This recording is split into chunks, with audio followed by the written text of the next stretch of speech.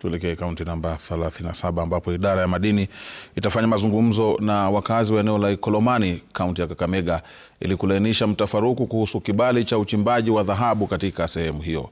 Akizungumza baada ya mkutano na viongozi kutoka kaunti hiyo, katibu katika idara ya madini Harry Kimutai alisema kuwa hakuna leseni itakayotolewa kabla ya jamii kushirikishwa vilivyo. Miezi miwili baada ya purukushani iliyosababisha vifo vya watu watatu kaunti ya Kakamega, serikali ya kaunti imebaini kuwa itarejelea mazungumzo na wakazi wa eneo la Ikolomani kuhusu uchimbaji wa dhahabu katika eneo hilo. Spika wa Kakamega James Namatsi akisema kuwa bunge limepokea malalamishi kutoka kwa wakazi kuhusu shughuli ya uchimbaji wa dhahabu eneo hilo.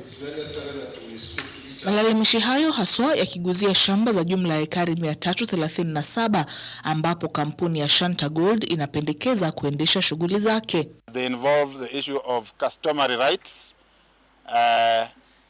What will happen to the graves of our forefathers and fathers who we buried here? And they also involve environmental rights, where we are talking about our rivers and water resources may dry up. What is the alternative? Tuko na miners wengine, like now in your area Mheshimiwa Mkhala, samaki zimekufa zote kwa maji. So these artisanal miners pia wengine are creating a lot of havoc to our people. Ikiwa samaki zimekufa, hiyo maji iko na nini? Ni mercury, vitu gani?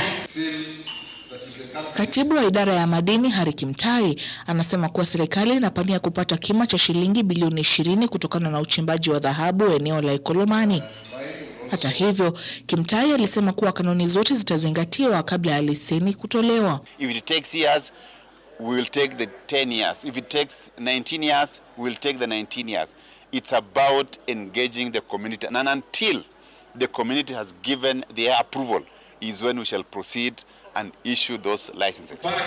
Vilevile, viongozi hao waliitaka serikali kuzingatia masuala ya uchafuzi wa mazingira pamoja na ajira kwa wachimba migodi wadogo.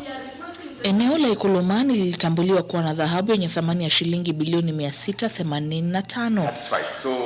Laura Otieno, Runinga ya Citizen. Laura Otieno, turejee hapa Nairobi ambapo chama cha